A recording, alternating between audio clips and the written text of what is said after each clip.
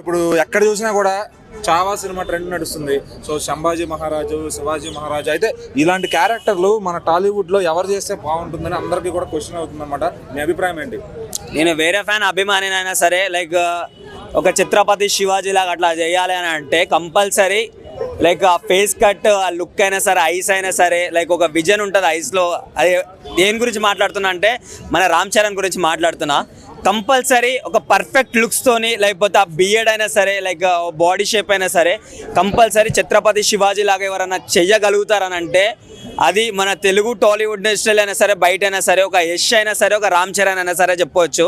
ఇక్కడ యష్ చేస్తే ఒక 90% లైక్ ఫేస్ కట్ అట్లుంటుంది, కానీ రామ్ చరణ్ చేస్తే మాత్రం 100% లైక్ ఫేస్ కట్ అట్లుంటుంది.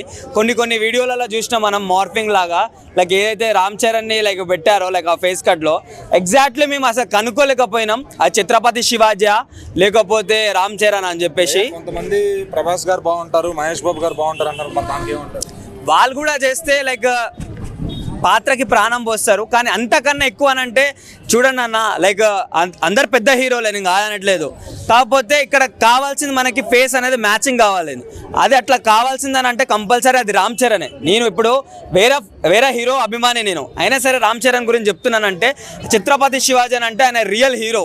సో అట్లాంటి ఆయన వేరే వాళ్ళకి చేస్తే అది బాగా రాకపోతే మన తెలుగు వాళ్ళకి అది ఒక ఏమంటారు బ్యాడ్ నేమ్ అది. అట్లాంటిది ఎవరన్నా బాగా 100% చేస్తారంటే అది కంపల్సరీ రామ్ చరణే. ఆ ఫేస్ అయినా సరే, ఆ లుక్స్ అయినా సరే సెట్ కావాల్సింది.